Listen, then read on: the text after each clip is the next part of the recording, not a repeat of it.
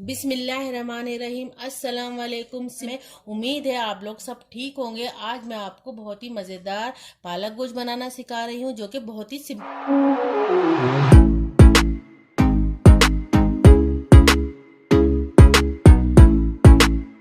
तरीके से बना है। हम देखते हैं पालक गोश्त बनाने के लिए हमें किन किन चीज़ों की ज़रूरत पड़ेगी। तो ये 2 किलो पालक है, हमने बॉईल की है। तो मैं बताऊंगी आपको किस तरह बॉईल की है। ये आधा किलो गोश्त है। ये 2 टीस्पून अदरक लहसुन है। ये 1 टेबल स्पून नमक है। ये 2 चुटकी समझ लें हल्दी, या आधी टीस्पून हल्दी समझ लें, सही है। और ये 150 ग्राम ऑयल है। और ये 5 से 6 हरी मिर्चें जो मैंने चॉप की हैं। और ये 2 टेबल स्पून कुटी हुई मिर्च है। और ये तीन अदद प्याज है जो मैंने बारीक बारीक काटी है। और 3 अदद टमाटर है। ठीक है, अब मैं ये बताऊंगी कि मैंने ये पालक किस तरह बॉईल की है। आप ना इतना पानी ले लें कि पालक अच्छी तरह उसमें डीप हो जाए। फिर सिर्फ पानी को इतना पकाएं, सिर्फ 1 जोश में ही आप पालक डाल दीजिएगा। सिर्फ एक दफा, सिर्फ 1 मिनट पकेगी ये पालक। और आप इसको फिर छान लीजिएगा। ज्यादा मत पकाइएगा, आपका टेस्ट बहुत खराब हो जाएगा। और जिस तरह मैं बता रही हूँ बस उसी तरह फॉलो कीजिएगा। इंशाल्लाह आपका पालक गोश्त बहुत मजे का बनेगा।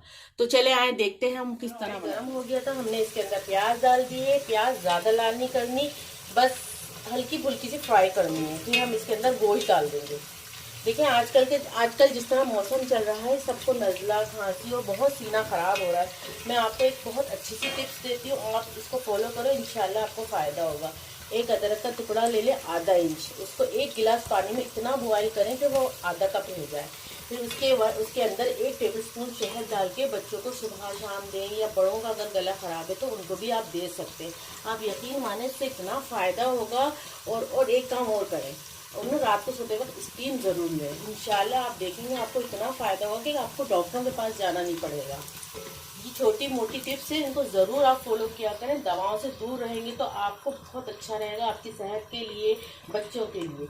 और हाँ, एक बात और ज़रूर मैं कहना चाहूँगी कि मैं जो भी आपको रेसिपी बता रही हूँ, जो भी आपको बताऊँगी, उसको आप ज़रूर फॉलो करें। और कमेंट ज़रूर दिया करें, भले से अच्छे कमेंट दें या बुरे कमेंट दें, मुझे अच्छा लगेगा। और जो भी उसमें कमी बेशी रह जाएगी तो मैं कोशिश करूँगी कि उसको सही करूँ। ठीक है, चले आइए हम अब कुकिंग की तरफ आते हैं। बातें बहुत हो गई है। देखिए हमारी प्याज कितनी अच्छी हो रही है, ब्राउन। ज़्यादा लाल नहीं करनी, बस हल्की फुल्की सी करनी है, क्योंकि सब्जियों में इतनी ज़्यादा हम लाल नहीं करते प्याज को। प्याज ये गोल्डन हो रही है, ज़्यादा हमने लाल नहीं करनी है। मैंने प्याज पहले आपको बहुत दफ़ा बता दिया है, सही है। अब हम इसके अंदर गोश्त डाल देंगे।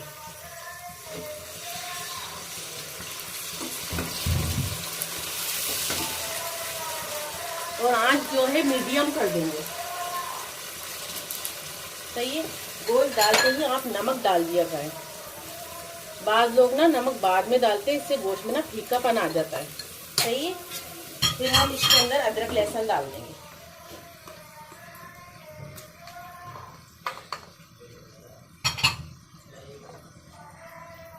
कुटी हुई मिर्च डाल दी है हमने, और हल्दी।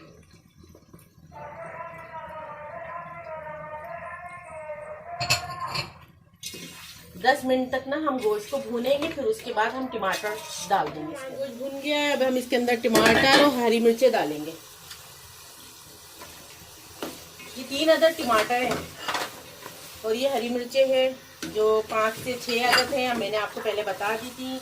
और ये पालक है, ये उसी तरह बॉईल कीजिएगा जिस तरह मैंने आपको बताया। इंशाल्लाह आपका पालक गोश्त देखिएगा कितना मज़े का बनेगा।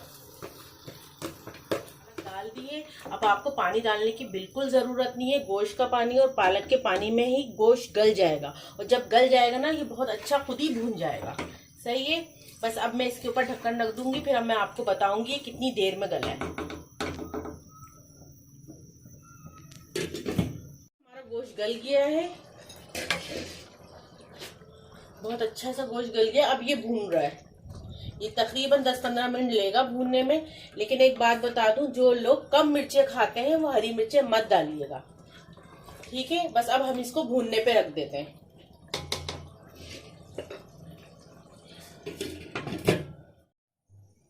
चलिए देखिए हमारा पालक गोश्त कितना अच्छा सा तैयार हो गया है।